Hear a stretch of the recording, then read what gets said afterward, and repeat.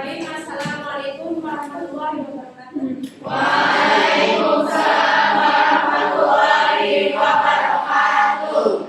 Sebelum kita mulai pembelajaran hari ini, ketua kelas ingin berdoa dulu ya, kemudian dilanjutkan bendera dan salam kita ya.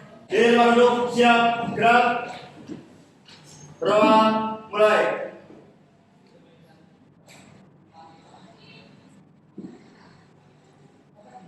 Selesai. Berdiri semuanya.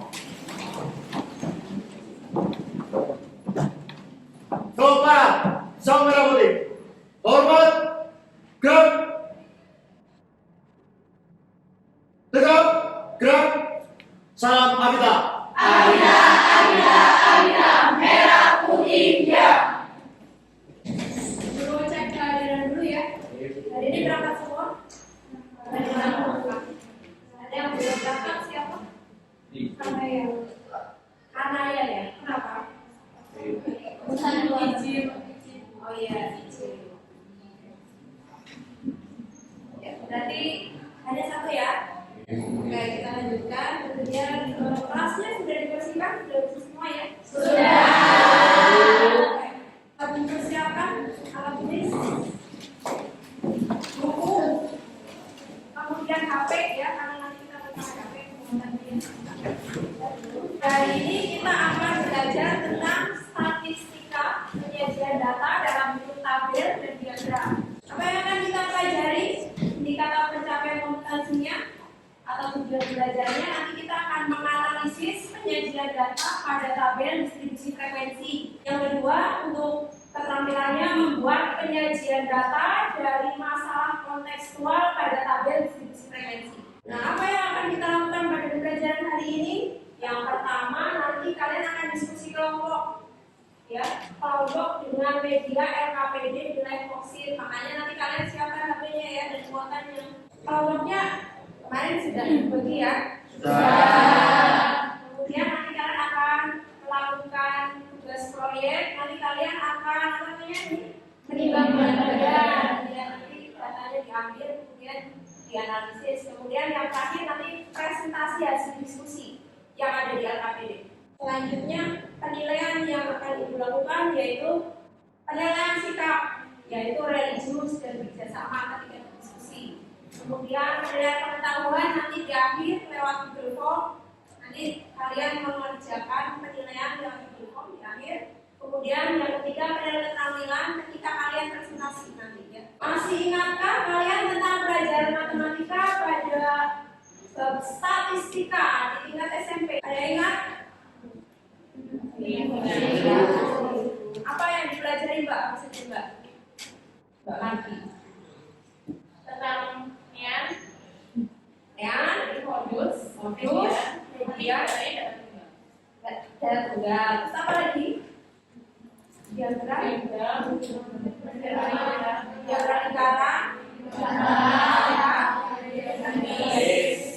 Assalamualaikum warahmatullahi wabarakatuh. Semoga semuanya sehat, tetap semangat. Seperti yang kita lihat pada judul video ini, kita akan membahas mengenai pentingnya statistika dalam kehidupan sehari-hari. Di era teknologi yang canggih seperti saat ini, informasi menjadi salah satu sumber yang paling penting untuk memahami keadaan yang terjadi. Tak jarang, informasi yang kita peroleh berasal dari perhitungan matematis dalam bentuk statistika. Pada video ini adalah sejumlah kegunaan statistika dalam kehidupan sehari-hari yang dapat menjadi bukti bahwa bidang matematika ini sangat berpengaruh terhadap hidup masyarakat. Bidang pemerintahan. Pemerintah menggunakan statistika untuk memperhitungkan beragam hal, mulai dari kesehatan, populasi, edukasi, dan sebagainya. Statistika memungkinkan pemerintah untuk menentukan langkah terbaik dalam mengambil keputusan berdasarkan data. Untuk mengingatkan kembali materi itu, kita apa yang bikin dulu ya, khusus ya. Apa yang disiapkan? Ya, hasilnya yang pertama berapa Pak?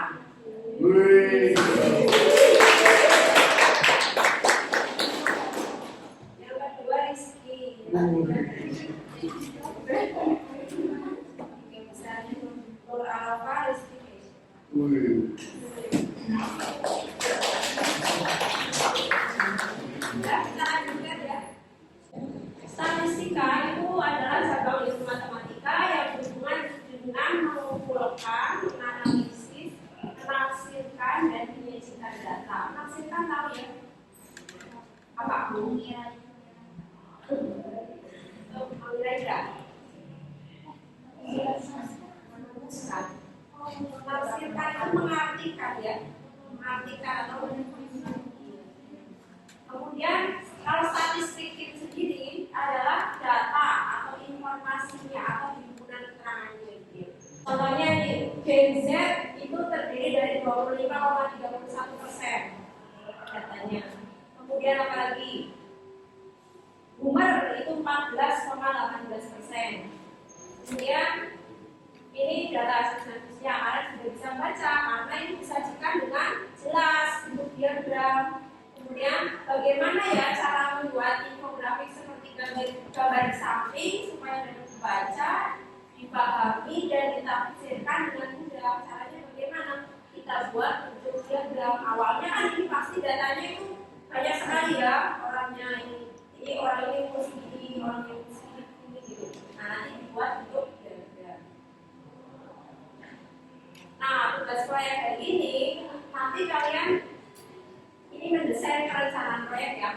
Nanti kalian mengukur berat badan satu persatu secara berurutan. Sudah saya siapkan timbangannya ada 4. Karena ini ada 8 kelompok, berarti bagi 2 nanti ya 4. Salah satu siswa nanti mencatat hasil pengukuran berat badan, menulis. Kemudian yang ketiga berat badannya ditulis dengan angka yang sudah dibulatkan ya, bukan pakai koma ya. Kemudian yang keempat, setelah diperoleh data semua siswa, kalian nanti berdiskusi dengan kelompok masing-masing untuk menyajikan data tersebut ke dalam tabel atau daftar distribusi frekuensi sesuai yang ada di dalam KPD. Nanti KPD-nya diakses sesuai kayak gitu ya. Nah sekarang buat kelompok dulu. Kelompoknya sudah saya bagi kemarin ya. Sudah kelompok. Kelompok 1 ketua kelompoknya siapa ketuanya? Berapa? Kelompok 2? Ya, kelompok 3? Ada kita. Kelompok 4? Pakai kelompok 5? Gantian. Kelompok 6? Nada. Kelompok 7? Novi. Kelompok 8? Nanda.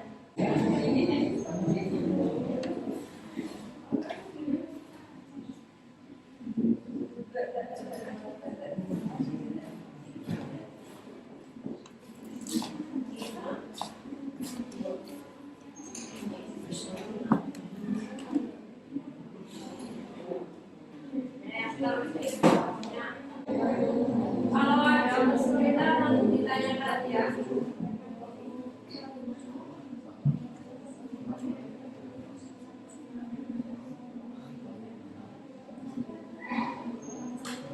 Jadi nanti namanya ada nilai yang dimaksudkan mau.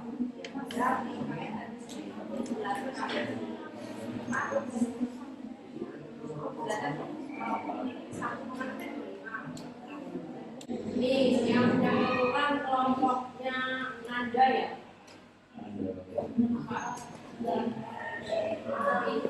Kelompoknya kelompoknya kaki ya. Ada lagi kelompok berapa lagi? Ada di sini ya. Atau sambil menunggu kelompok lain sambil maju dulu ya, kelompok 4 ya. Ibu. Oke, saya tampilkan.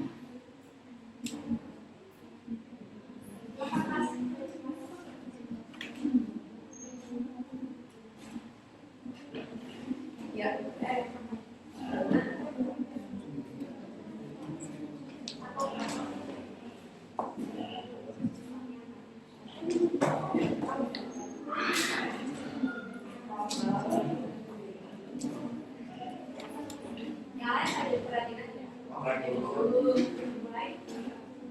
Assalamualaikum warahmatullahi wabarakatuh.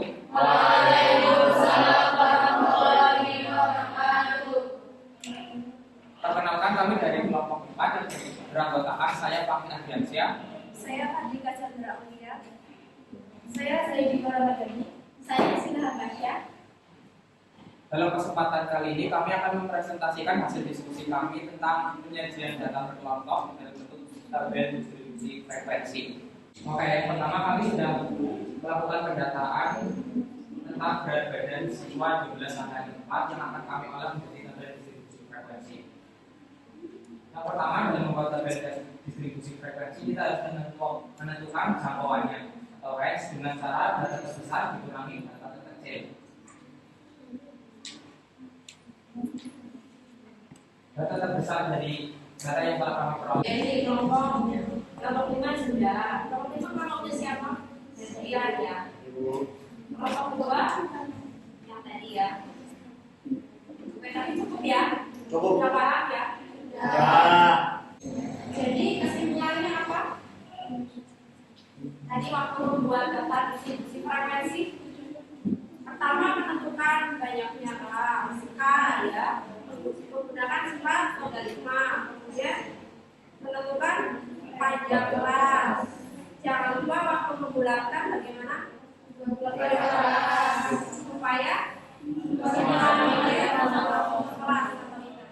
gitu ya. Kemudian untuk apa kita menyajikan seperti ini untuk tabel distribusi frekuensi?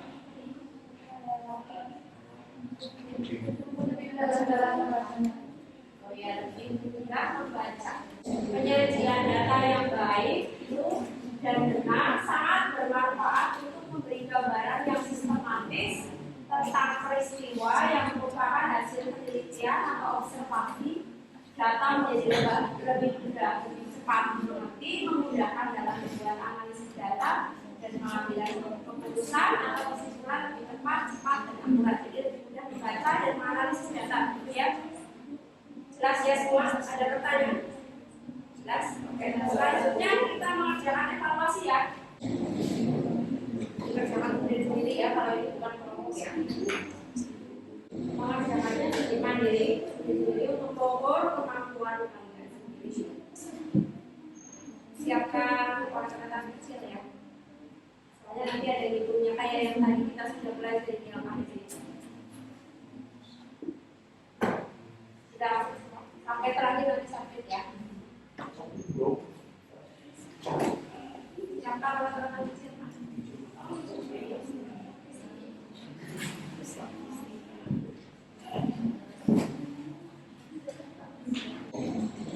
Ya, ini hasil penilaiannya. Asani Maya, itu dari ceritanya tadi yang nomor berapa? Ini tadi sudah kita sebutkan apa? Ini apa?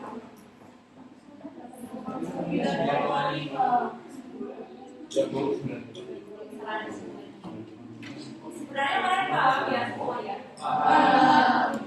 Jadi bisa dapat paham semua ya? Oke, ini kurang 5 menit lagi pelajaran kita hari ini. Jadi sudah ya. Tapi ada yang sudah sekali, yang 30. Di akhir berarti kita buat refleksi pembelajaran dulu pada hari ini. Kalian belajar hari ini menyenangkan ya?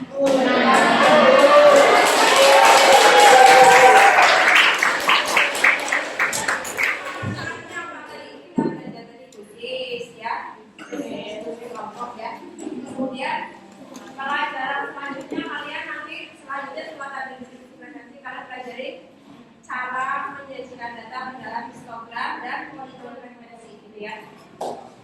Ya. Tadi yang nilainya masih jelek silahkan belajar lagi ya. Ditingkatkan tetap belajar dan semangat. Pembelajaran hari ini sudah selesai, kita akhiri.